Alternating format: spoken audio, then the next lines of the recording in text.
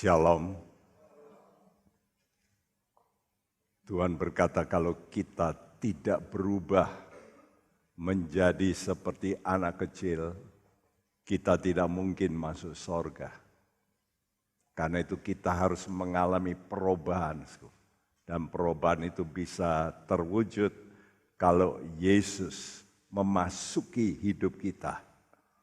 Sekali lagi, perubahan hidup kita dapat terwujud kalau Yesus mulai memasuki hidup kita, mulai mengatur, mengarahkan, memimpin. Itulah firman. Karena itu sungguh betapa penting yang namanya pendalaman Alkitab. Seperti papan-papan yang tingginya 5 meter lebih, tapi bisa berdiri tegak.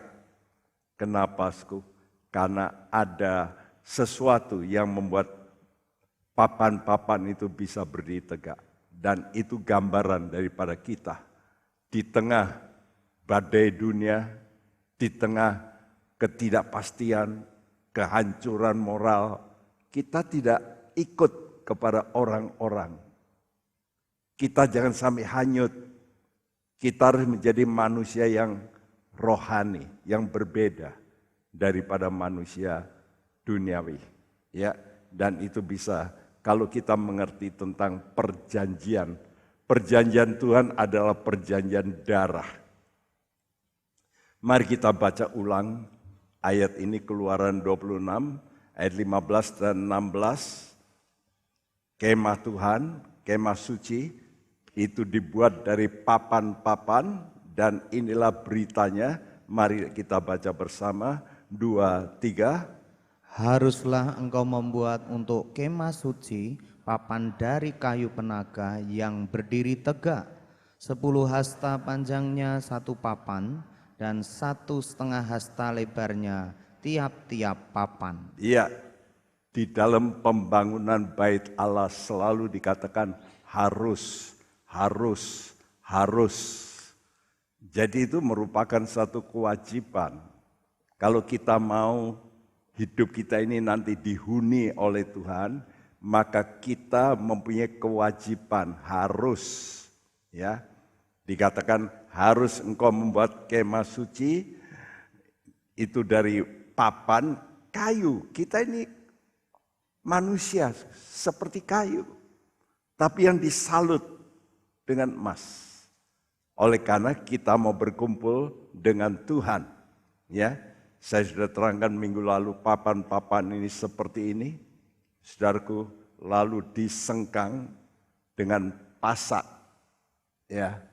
Jadi papan ini dengan papan ini digandengkan, lalu dikasih pasak. Jadi yang di sini menonjol, yang di sini dilubangi sehingga masuk, ya, supaya rapat.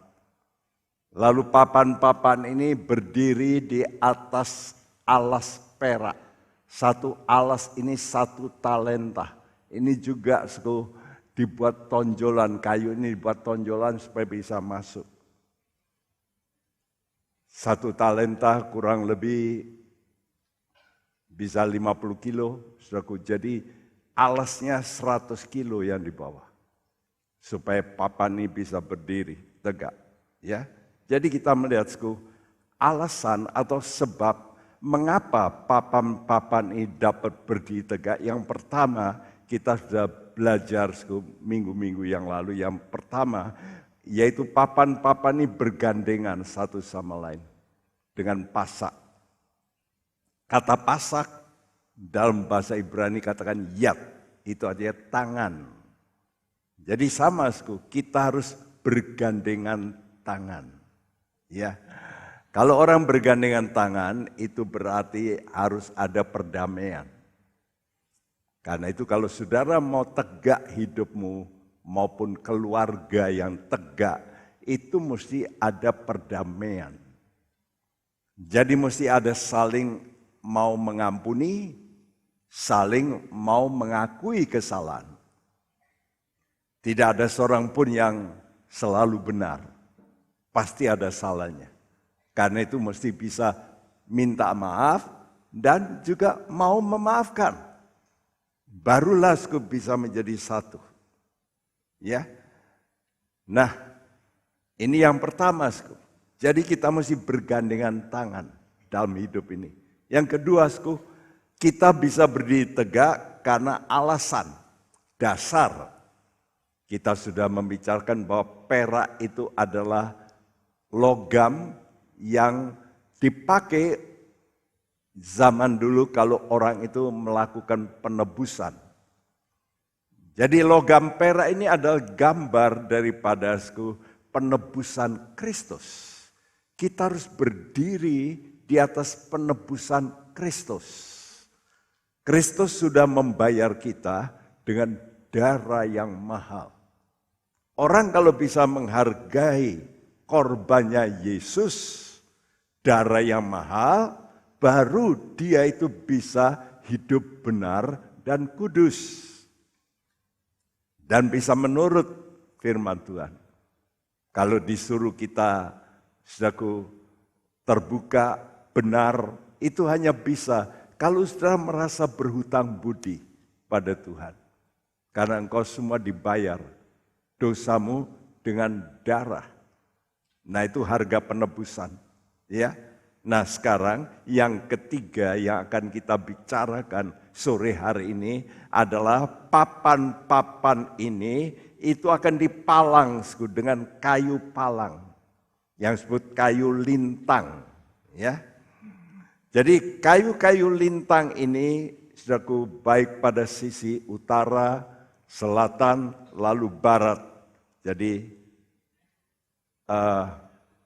seperti kotak begitu, lalu ini kayu.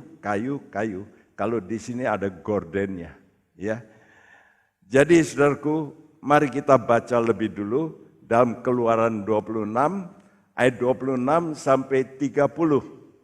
Keluaran, buka Alkitabmu, kitab Keluaran 26 ayat 26 sampai 30. Tolong dibacakan.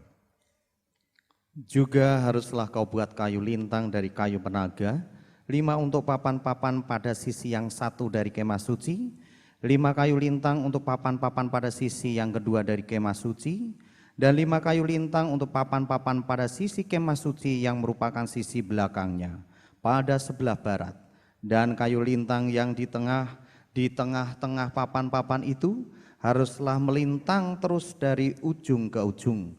Papan-papan itu haruslah kau salut dengan emas, gelang-gelang itu haruslah kau buat dari emas sebagai tempat memasukkan kayu-kayu lintang itu, dan kayu-kayu lintang itu haruslah kau salut dengan emas. Kemudian haruslah kau dirikan kemah suci sesuai dengan rancangan yang telah ditunjukkan kepadamu di atas gunung itu. Iya, jadi sudah melihat gambar ini papan-papan yang dipalang ya dengan 5 kayu lintang, 1, 2, 3, 4, 5, ya. Dan yang ini dikatakan kayu palang yang di tengah ini harus dari ujung ke ujung. Jadi 5 kayu lintang. Untuk apa? Untuk memalang papan-papan ini supaya papan-papan ini bisa tidak goyang. Tadinya sudah dirapatkan dengan pasak. Tapi kalau pasak itu goyang-goyang, dia bisa goyang. Dia bisa lepas. Tapi kalau sudah dipalang seperti ini, itu namanya dipatok. Ya, dipatok begitu rupa. Sehingga tidak bisa goyang. Saudaraku, Alkitab itu luar biasa. Alkitab ini cuma segini. Diselidiki oleh jutaan orang, nggak habis-habis. Luar biasa. Kenapa? Karena di dalamnya itu tiap kata, bahkan angka, mempunyai arti-arti. Dan makin orang menggali, makin melihat ada sesuatu yang begitu mulia. Jadi dulu Tuhan membuat kemah sembahyang yang ada ukuran-ukurannya.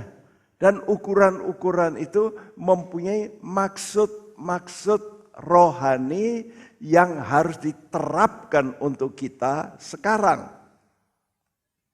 Tuhan berkata, bukankah tubuhmu itu rumah Allah?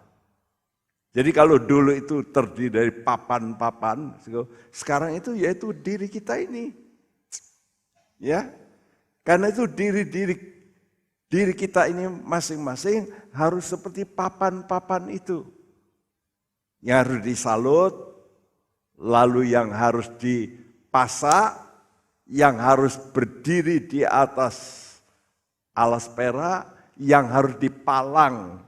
Ya, nah papan-papan kemah suci ini dipersatukan, diikat dengan kayu lintang 5.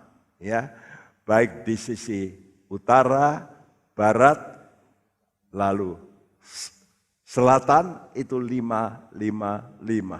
Saudaraku, dalam sebuah penelitian dari seorang hamba Tuhan yang luar biasa, saya katakan orang ini bisa meneliti kata-kata, ya karena bahasa Ibrani itu mempunyai arti-arti, angka-angka itu.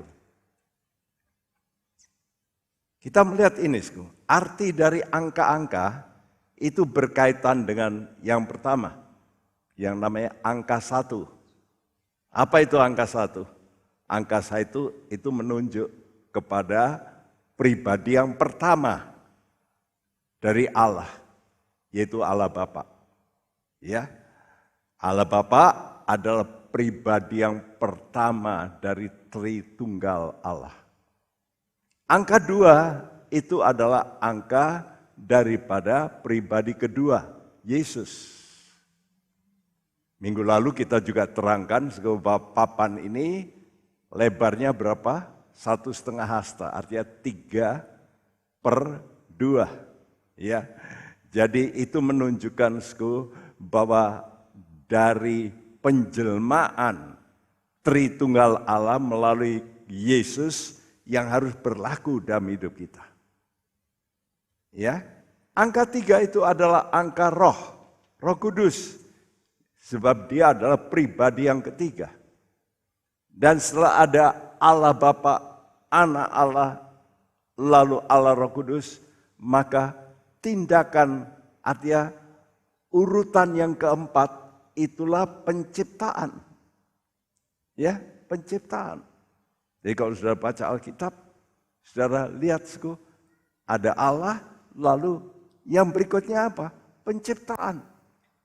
Karena itu penciptaan itu diberi angka 4, termasuk bumi. Bumi kita ini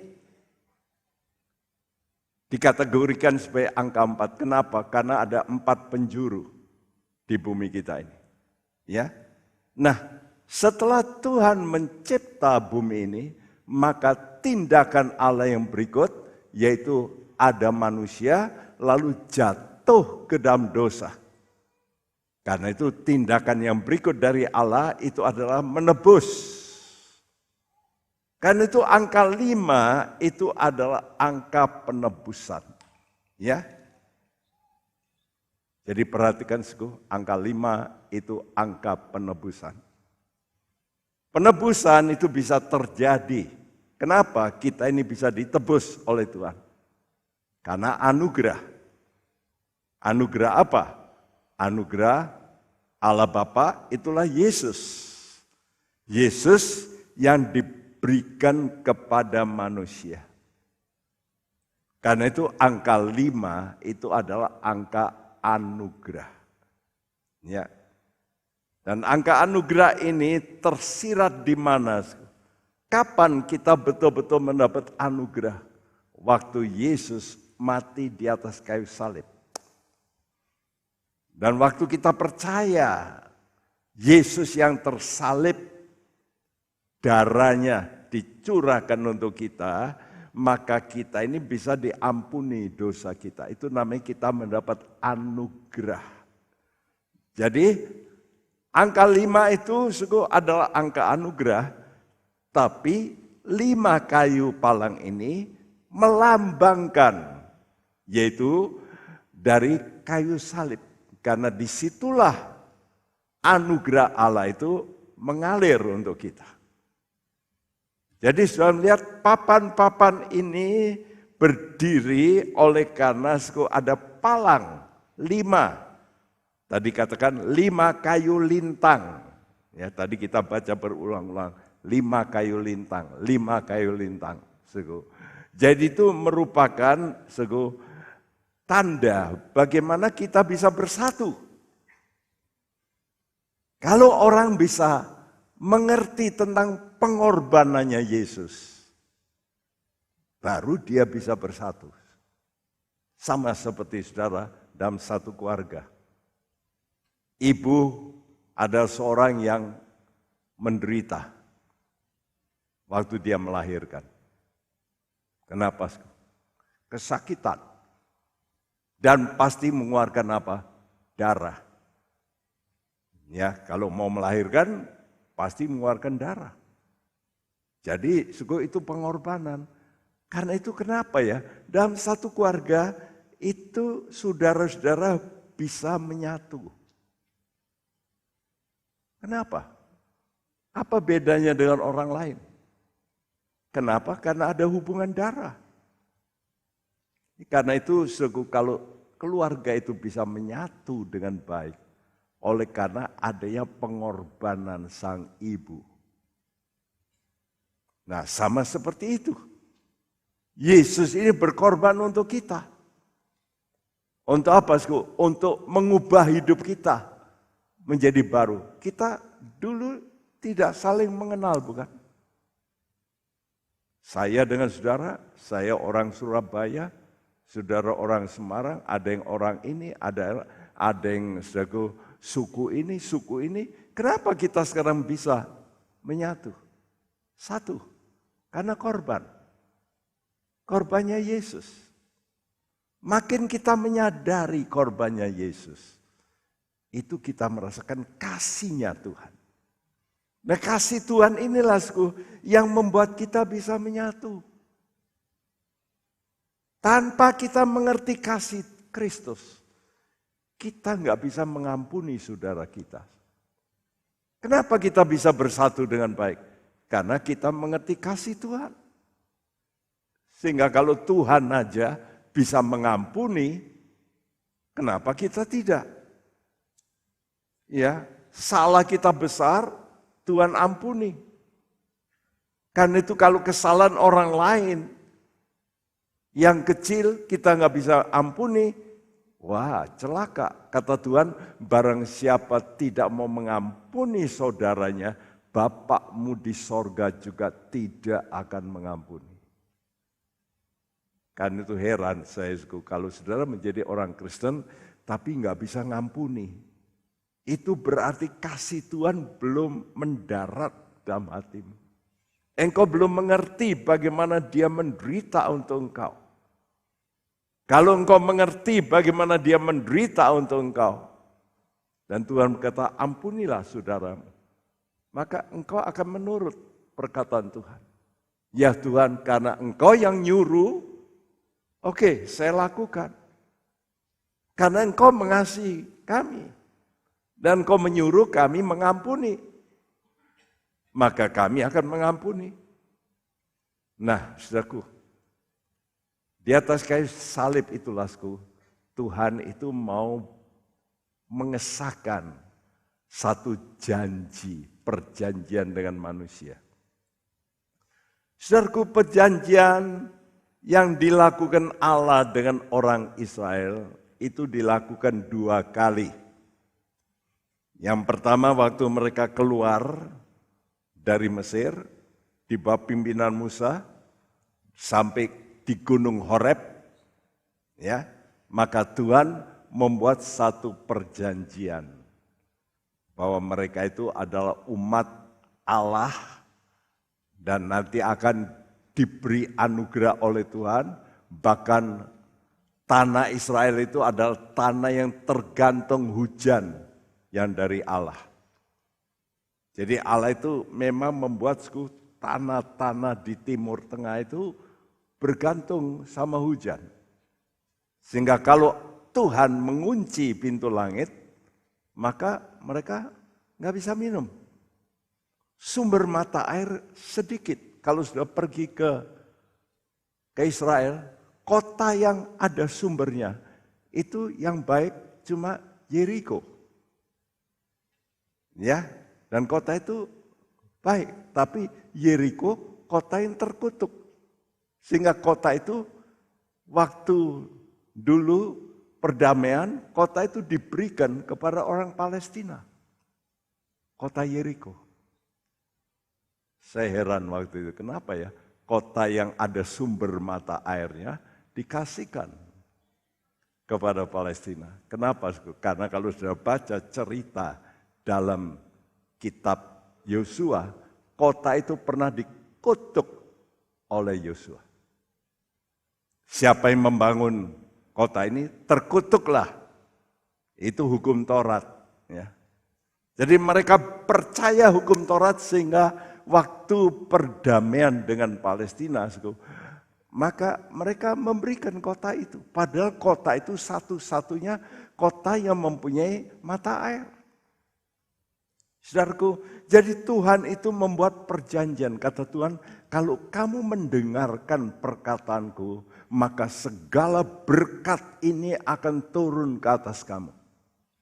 Tapi kalau kamu tidak mendengarkan perkataanku, maka segala kutuk ini juga akan turun ke atas kamu. Itu namanya perjanjian di Horeb. Dan oleh karena orang-orang Israel itu melalaikan perjanjian yang pertama ini, apa yang kita lihat dalam perjalanan, maka banyak di antara mereka yang mati. Ya, saudara, kita membaca dari 603.550 orang yang terdaftar, hanya 2 orang yang masuk tanah perjanjian. Siapa itu? Joshua dan Kaleb. Tentu ada yang lain ya, orang Lewi misalnya. Lalu anak-anak, tapi yang usianya waktu itu antara 20 sampai 50, waktu dihitung itu 600-an ribu, cuma 2 yang hidup. Kenapa, Karena yang lainnya itu melanggar perjanjian. Karena itu waktu mereka mendekati tanah perjanjian, 40 tahun kemudian, saudara, Tuhan membuat sekali lagi perjanjian dengan mereka. Dan sekali ini kepada orang-orang yang setia, yaitu Yosua, Kaleb, plus orang-orang imam Lewi, ya, plus generasi yang baru. Mari kita baca ini dalam Ulangan 29 ayat 1 dan ayat 12. Ulangan 29 ayat 1 dan 12. Inilah perkataan perjanjian yang diikat Musa dengan orang Israel di tanah Moab, sesuai dengan perintah Tuhan, selain perjanjian yang telah diikatnya dengan mereka di gunung Horeb. Ayat 12. Untuk masuk ke dalam perjanjian Tuhan Allahmu, yakni sumpah janjinya yang diikat Tuhan Allahmu dengan engkau pada hari ini. Ya, jadi orang Israel masuk, ayat 12, ke dalam perjanjian Tuhan Allahmu, yakni sumpah janjinya yang diikat Tuhan Allahmu dengan engkau pada hari ini. Ya, dan kalau sudah baca terus, nanti janji-janjinya itu begitu bagus, ayat 13 misalnya, supaya ia mengangkat engkau sebagai umatnya. Ya, dan Tuhan kasih janji, berkat dan sebagainya. Jadi sebenarnya kalau saudara menjadi orang percaya, Tuhan itu lalu membuat satu perjanjian. Apa? Janji bahwa engkau ini pasti nanti akan mengalami kehidupan yang kekal. Hidupmu pasti akan mengalami berkat-berkat, bukan kutuk. Sudah lihat, dalam hidup ini ada kutuk yang bisa berjalan. Misalnya kutuk orang tua kita adalah penyembah berhala, anak-anaknya bisa kena kutuk itu. Termasuk kutuk penyakit. Ya, orang tua sakit ini, anaknya bisa kena juga. Karena itu kalau saudara mau bertobat dengan benar, kutuk ini tidak akan turun. Ya, tidak akan saudara terima. Karena itu kita anak-anak Tuhan harus pegang janji Tuhan. Karena Tuhan ini mau melakukan satu janji di mana Dia menunjukkan bahwa Dia itu Allah yang berkuasa. Dan untuk mengesahkan janji itu, Allah itu memakai darah. Ini loh, aku sahkan dengan apa? Yaitu dengan darah. Ya, saudara. Jadi Tuhan itu memberikan Yesus Kristus. Dia mati di atas kayu salib. Itu pengesahan. Kalau kamu ikut aku, percaya aku, hidupmu pasti akan mengalami kebangkitan seperti aku, kata Yesus. Pasti. Ini janji. Ya. Dan kalau Tuhan janji itu pakai sumpah. Pasti digenapi. Karena itu saudaraku, firman Tuhan itu perjanjian. Karena itu kalau saudara baca di depan, buka halaman di depan sudah lihat perjanjian lama, perjanjian baru. Kalau dalam bahasa Inggris apa? Old Testament and New Testament. Apa itu testament? Testament itu wasiat. Kapan wasiat ini mempunyai akibat? Kalau yang memberi wasiat mati, betul? Jadi misalnya orang tua memberi wasiat pada anak-anaknya. Kalau aku mati, nanti ini anak A dapat ini, anak B dapat ini, anak C dapat ini. Wah, itu punya kuasa itu. Karena itu dulu kalau saya melihat ada orang tua yang cukup kaya, anaknya banyak, waktu itu saya sarankan, Pak, Anda ini sudah tua. Sewaktu-waktu kalau mati nanti ribut loh anak-anak ini. Kamu harus bikin wasiat. Supaya kamu bagi. Ya. Menurut kamu yang mana? Karena ini kan usahamu. Kamu bagi. Dan dia nurut, dia bagi, untung. Ya, setelah saya kasih nasihat beberapa lama lalu dia mati. Coba kalau enggak dibuat wasiat, ribut, betul? Sangat ribut. Nah, Yesus itu mati di atas kayu salib dan itu merupakan darah perjanjian. Di dalamnya ada janji. Ya, aku mengasihi engkau dan nanti aku bangkit. Kalau kamu menurut aku janji. Kamu pun nanti akan mengalami kebangkitan. Dan aku sahkan janji ini dengan darah. Mari kita baca ini dalam surat Ibrani 9 ayat 15 sampai 20. Tolong dibacakan. Karena itu ia adalah pengantara dari suatu perjanjian yang baru, supaya mereka yang telah terpanggil dapat menerima bagian kekal yang dijanjikan, sebab ia telah mati untuk menebus pelanggaran-pelanggaran yang telah dilakukan selama perjanjian yang pertama. Sebab di mana ada wasiat, di situ harus diberitahukan tentang kematian pembuat wasiat itu. Karena suatu wasiat barulah sah kalau pembuat wasiat itu telah mati, sebab ia tidak berlaku selama pembuat wasiat itu masih hidup. Itulah sebabnya maka perjanjian yang pertama tidak disahkan tanpa darah, Sebab sesudah Musa memberitahukan semua perintah hukum Taurat kepada seluruh umat, ia mengambil darah anak lembu dan darah domba jantan serta air dan bulu merah dan hisop, lalu memerciki kitab itu sendiri dan seluruh umat, sambil berkata, inilah darah perjanjian yang ditetapkan Allah bagi kamu. Iya, Musa dulu memakai lembu, domba, ya, lalu kambing untuk diambil darahnya untuk apa? Untuk mengesahkan satu perjanjian. Tapi itu adalah lambang. Sekarang disahkan oleh siapa sebenarnya? Untuk apa?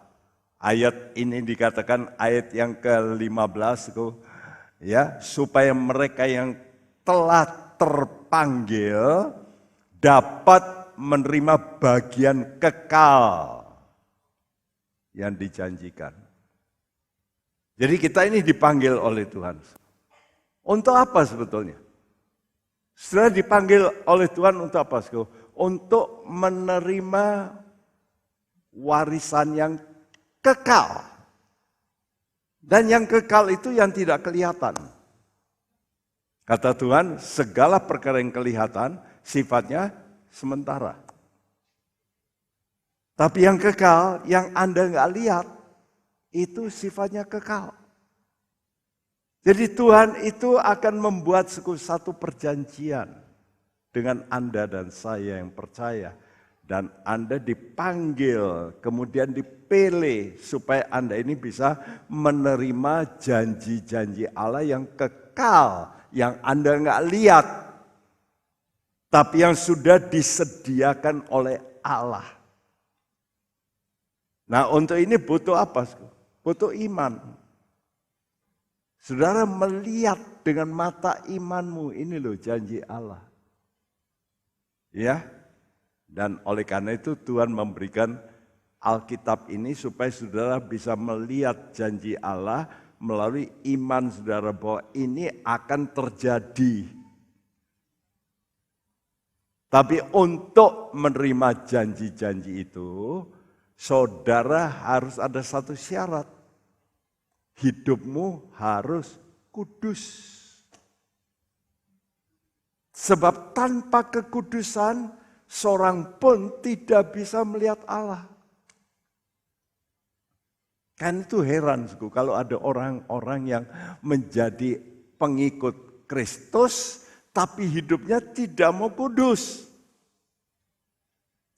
Orang kalau tidak mau hidupnya kudus, sekarang belum lihat ya. Tapi nanti setelah mati, baru dia, waduh, kok gini ya, terlambat. Karena sudah mati. Kenapa? Karena nggak mau percaya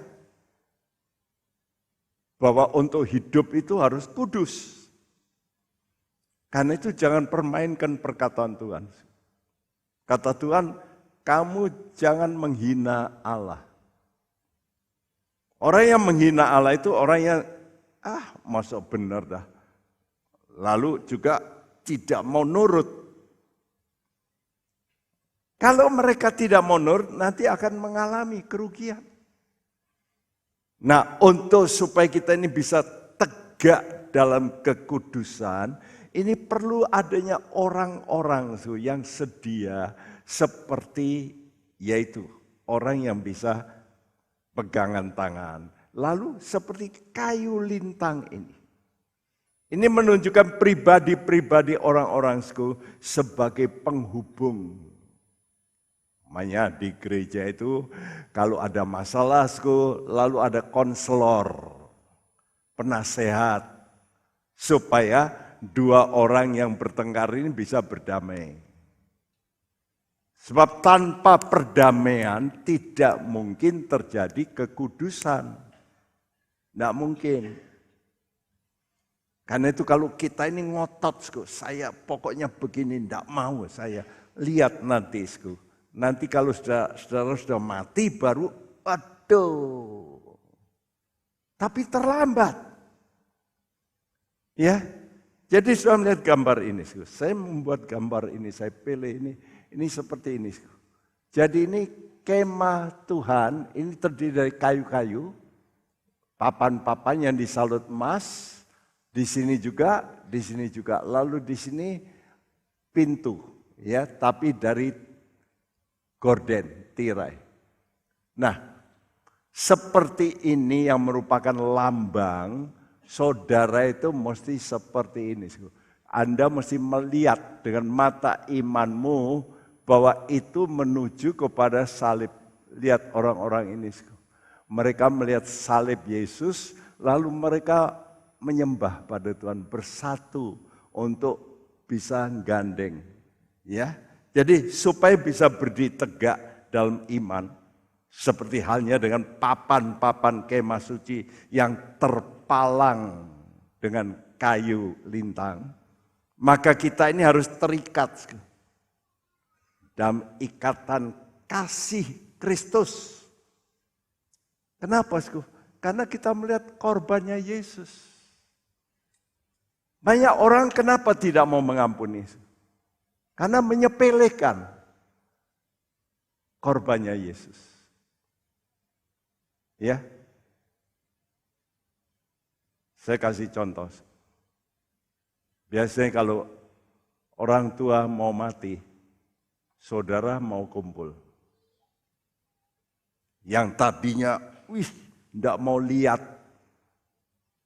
Tapi waktu orang tua itu mau menggap-menggap begitu, mereka datang. Karena mau melihat mamanya mau mati. Tapi indah kalau mama ini bisa detik-detik itu bisa memegang tangan dari dua orang, mungkin itu suami dan istri yang tidak bisa mengampuni, atau saudara yang tidak bisa mengampuni. Lalu orang tua berkata, lihat saya, kamu ampunilah karena saya yang sudah berkorban untuk Anda. Mau enggak? Seperti itu. Kenapa kita ini ngotot tidak bisa menerima saudara kita? Karena kita tidak menghargai korban darahnya Yesus. Karena itu setiap orang yang betul-betul cinta pada Yesus, dia akan berkata, Tuhan, karena Engkaulah aku mau melakukan apa yang Kau katakan kepadaku. Jadi orang-orang yang senantiasa memandang Kristus yang tersalib, itu akan selalu hidup menurut roh. Seperti surat Galatia pasal 3. Paulus berkata pada jemaat Galatia, hai orang Galatia yang bodoh, siapa yang tergambar di depan matamu? Apakah Yesus yang tersalib? Kenapa kamu begitu mudah meninggalkan hidup dalam roh, mengikuti nafsu? Karena engkau tidak melihat Yesus yang tersalib. Ini harus, kita ini mesti, aduh Tuhan ampuni saya. Saya tidak bisa menghormati korbanmu. Karena itu saya mau menurut kemauanku. Tapi kalau kita bisa melihat korban Yesus, kita berkata, oke, saya ngalah. Karena Yesus lebih dulu berkorban untuk saya. Saya mau menurut. Saudaraku, dengan demikian kita ini baru bisa bersekutu dalam satu roh. Karena itu, kita harus selalu melihat korbannya Yesus. Nah, itu tadi yang pertama, berdiri tegak oleh karena perjanjian darah. Ya, tapi yang berikut itu kita bisa berdiri tegak oleh karena pelayanan kasih. Jadi, kalau kita bisa dilayani, ya, biasanya orang itu kalau dilayani, dia lalu bisa tetap, ya, karena itu di gereja ini betapa pentingnya ada konselor-konselor, penasehat-penasehat yang melayani orang yang sedang dalam problem. Dan itu tidak mudah, waktunya terbuang sekian jam, berjam-jam untuk mendamaikan. Nah, kita bisa berdiri tegak itu oleh karena pelayanan kasih. Coba kita baca 1 Korintus 12 ayat 4-6, tolong dibacakan, sama-sama semua membacakan, 2, 3. Ada rupa-rupa karunia, tetapi satu roh.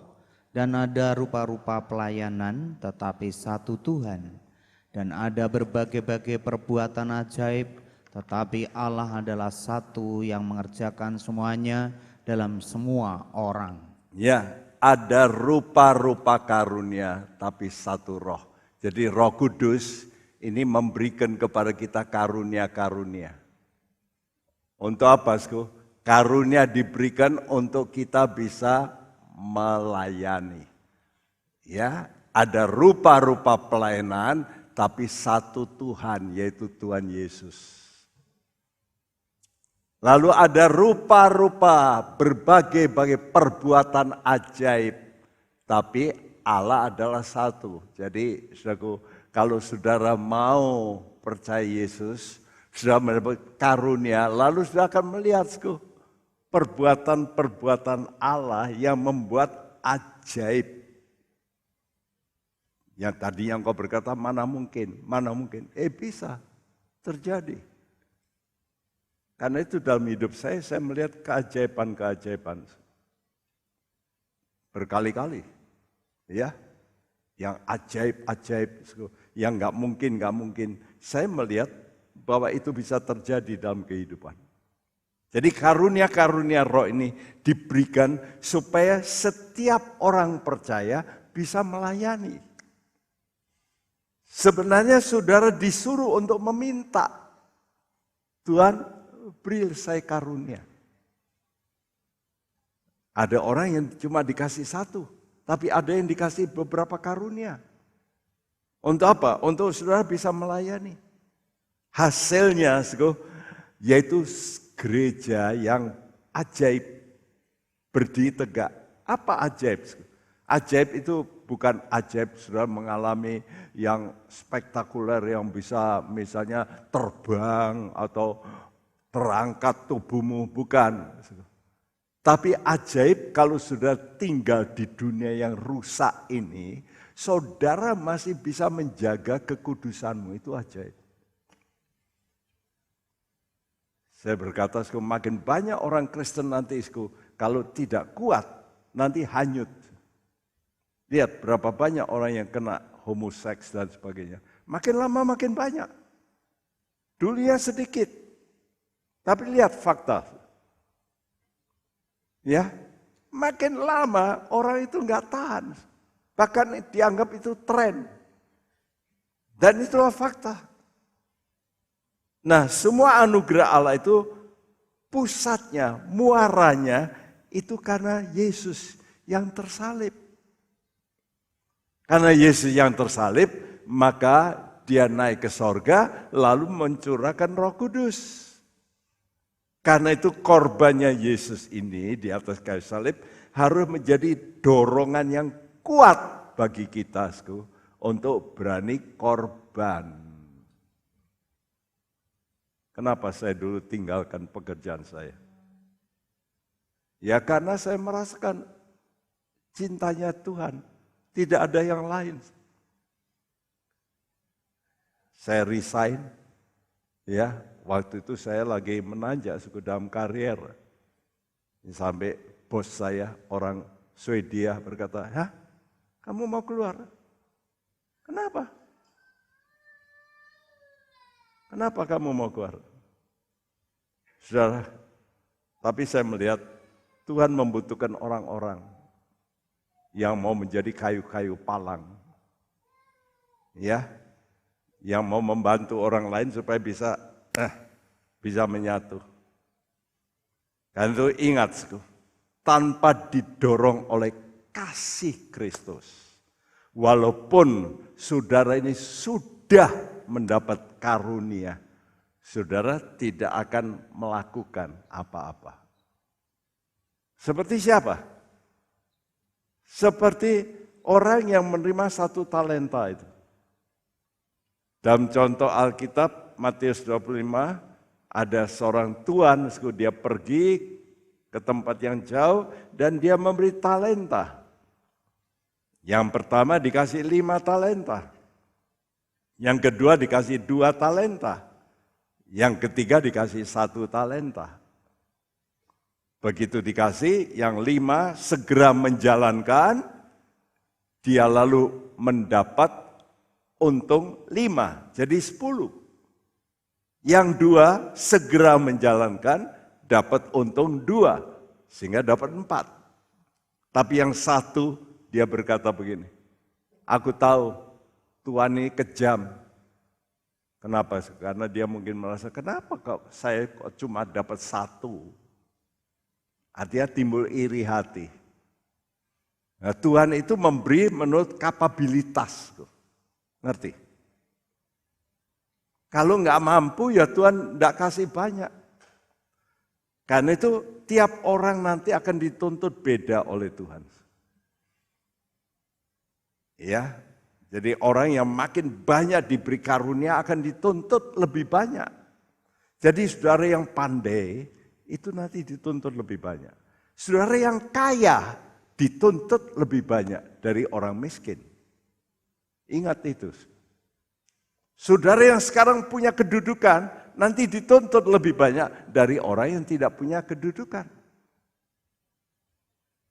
Karena itu kalau saudara sekarang bisa menjadi orang yang kaya, pandai, ingat, hidupmu itu nanti akan dituntut oleh Tuhan. Kamu berbuat apa dengan kekayaanmu dan kepandaianmu? Ya. Jangan sampai kita pendam seperti orang yang mendapat talenta ini lalu tidak melakukan. Karunia itu dikubur. Nah, itu tidak boleh. Nah, jadi kasih Kristus yang sudah dibuktikan di atas kayu salib itu dorongan yang supranatural, yang super. Untuk kita ini lalu melakukan pelayanan. Ya, saudaraku, orang melayani di gereja, besuk, segala, saudara kan tidak dibayar. Ya, ada orang yang memang mencari nama. Tapi sebenarnya kalau saudara melayani yang benar, itu bukan untuk mencari nama. Tapi karena cinta kepada Tuhan yang menebus manusia, yang ingin supaya manusia itu jadi baik. Nah, kita harus ikut menjadi kaki tangan Tuhan supaya manusia itu bisa jadi baik. Apa? Kudus. Bukan baik cuma baik begitu. Tapi bagi Tuhan itu bagaimana manusia itu bisa kudus. Itu nomor 1 itu, arah Tuhan. Karena itu kalau kita dalam hidup ini tidak bisa kudus, wah celaka kita. Walaupun kita menjadi anggota gereja puluhan tahun. Tuhan menuntut yang namanya kita mesti meninggalkan yang tidak benar di mata Tuhan. Kita mesti berani. Seperti Bapak Abraham dipanggil, keluar kamu dari negerimu. Keluar kamu dari keluargamu. Dan dia keluar. Saudara. Nah, jadi seperti kayu-kayu lintang ini. Ya. Ini adalah orang-orang yang dipakai Tuhan dalam gereja Tuhan untuk membuat supaya orang-orang itu bisa tegak berdiri dalam kekudusan. Seperti kayu-kayu lintang ini membuat kemah suci, dan kalau kemah suci itu ditabiskan, maka Alkitab mengatakan lalu awan kemuliaan Tuhan hadir.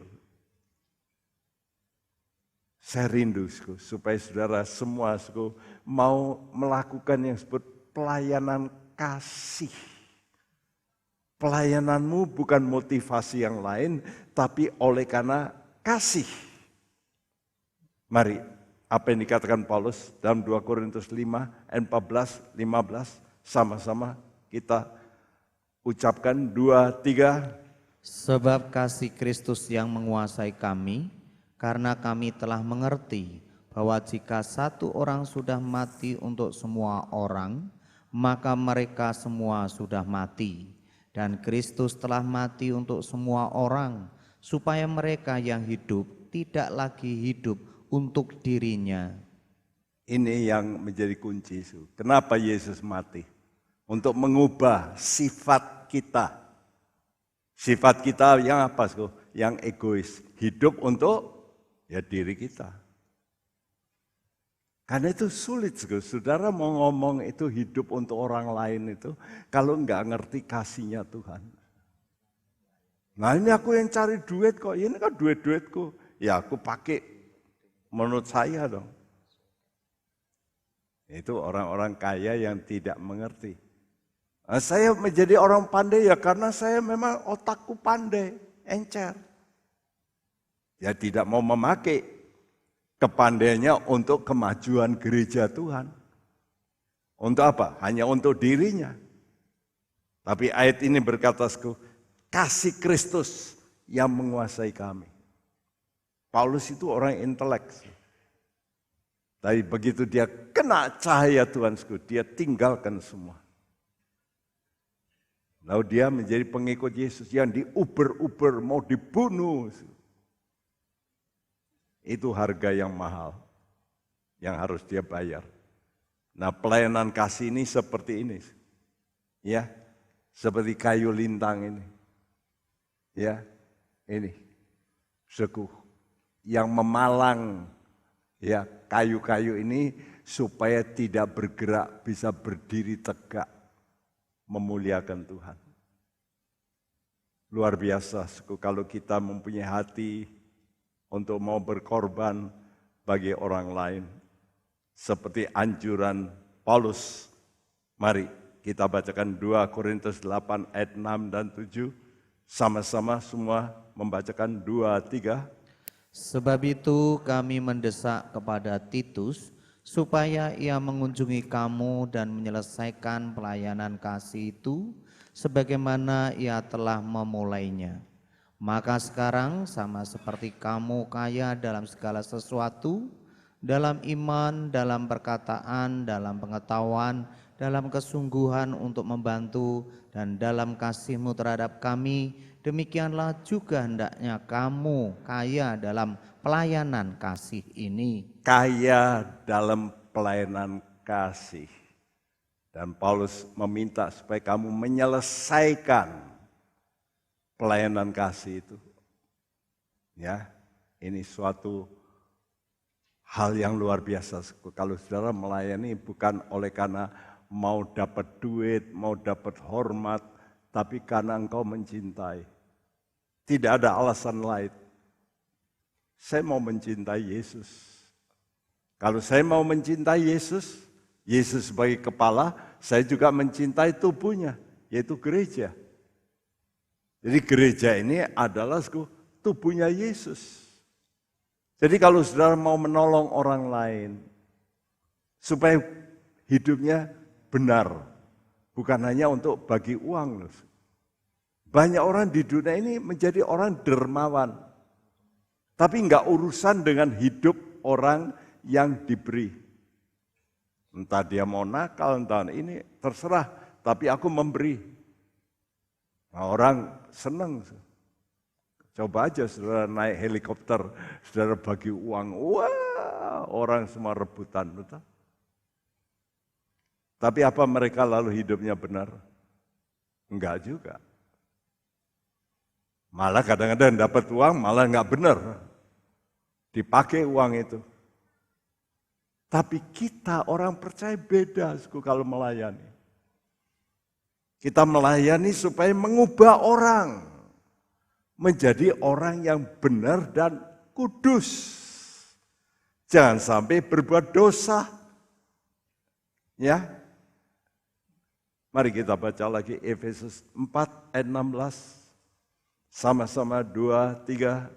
Daripadanya lah seluruh tubuh yang rapi tersusun dan diikat menjadi satu oleh pelayanan semua bagiannya, sesuai dengan kadar pekerjaan tiap-tiap anggota, menerima pertumbuhannya dan membangun dirinya dalam kasih. Iya, jadi gereja Tuhan itu digambarkan sebagai tubuh yang harus bisa diikat menjadi satu oleh semua pelayanan, ya, diikat menjadi satu oleh pelayanan semua bagiannya, ya.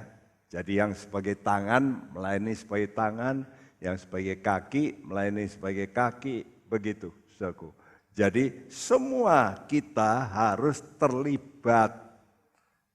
Karena itu saya harap saudara yang mau ingin supaya saudara nanti mulia, memperoleh nanti apa yang Tuhan janjikan tadi warisan. Saudara mesti berkata, oke, saya mau melayani. Ya, di gereja ini sudah bisa melayani dalam banyak segi, bisa kunjungan kepada orang sakit, bisa saudara memberikan donatur untuk orang-orang. Kita tiap kali juga membagi-bagikan beras kepada orang-orang jemaat ya yang miskin-miskin terus ya dari dulu sampai sekarang ya. Jadi kita terus memberikan pemberian-pemberian. Kita juga menolong anak-anak jalanan untuk mereka juga dikasih makan, dan di Tanaman setiap minggu juga dilatih anak-anak ya dari daerah-daerah kumuh itu. Coba kalau daerah kumuh itu mereka tidak menjadi orang yang pandai. Kerjaan apa? Nodong. Tapi kalau mereka dilatih, ya sampai sekarang ini sudah puluhan tahun kita mengerjakan. Ada anak-anak yang sekarang sudah bisa masuk universitas. Ya. Coba kalau dulu dia tidak pernah ikut, dia menjadi apa? Paling-paling dia nanti jadi penodong. Ya, karena enggak punya kerjaan. Karena itu kayu-kayu lintang ini, ya, yang terbuat dari kayu penaga yang disalut emas, adalah bayangan dari orang-orang pilihan yang bersedia menjadi pengikat. Saudara menjadi pengikat. Nah, di gereja ini harus ada ikatan. Dan itu bisa saudara lakukan dengan doa-doamu. Karena Roh Kudus ini akan bekerja menyucikan orang mendengar firman. Itu kalau tanpa doa-doa nggak bisa masuk. Cuma dengar aja. Kenapa orang bisa berubah? Sebab waktu dia dengar, dia bisa mengalami perubahan. Ya, Ibu Yulia ini membawa seorang yang belum pernah datang ke gereja dulunya. Dia bersaksi minggu. Kenapa ya Pak Bekti? Saya kalau datang di tempat ini, saya mendengar firman Tuhan, saya bisa keluar sendiri air mata. Saya enggak pernah begitu. Juga menantunya. Dia berkata, selama beberapa bulan ini, saya begitu dengar firman Tuhan, saya nangis. Mendengar pujian, saya nangis. Kenapa? Hatinya mulai disentuh oleh Tuhan. Itu luar biasa. Dan itu Tuhan sedang mengubah. Roh Tuhan bekerja, mengubah orang. Supaya orang itu bisa bertobat. Saya dulu kalau dengarkan khotbahku, banyak menangis. Hancur hati saya. Kenapa saya merasa Tuhan, Engkau ngomong begitu, saya belum bisa. Tolong saya. Itu indah. Karena itu, kenapa hal itu bisa terjadi? Karena ada pendoa-pendoa di gereja ini yang berdoa, yang berpuasa. Nah itu saudara namanya melayani. Ada pelayanan yang enggak kelihatan. Kalau saya kelihatan ini kasih firman, tapi ada orang yang melayani tidak kelihatan, pendoa-pendoa. Tapi ini memberikan suasana hadirat Tuhan. Karena itu mari kita bekerja sama. Ya, supaya hidup kita ini nanti mulia. Karena itu jangan sampai di antara kita yang tidak mau bertobat. Jangan sampai di antara kita masih mempunyai kebencian. Orang benci itu kata Tuhan itu pembunuh. Wah, mana mungkin masuk surga? Enggak mungkin. Karena itu kita mesti semua harus mengalami pertobatan. Ya, mari kita datang pada Tuhan.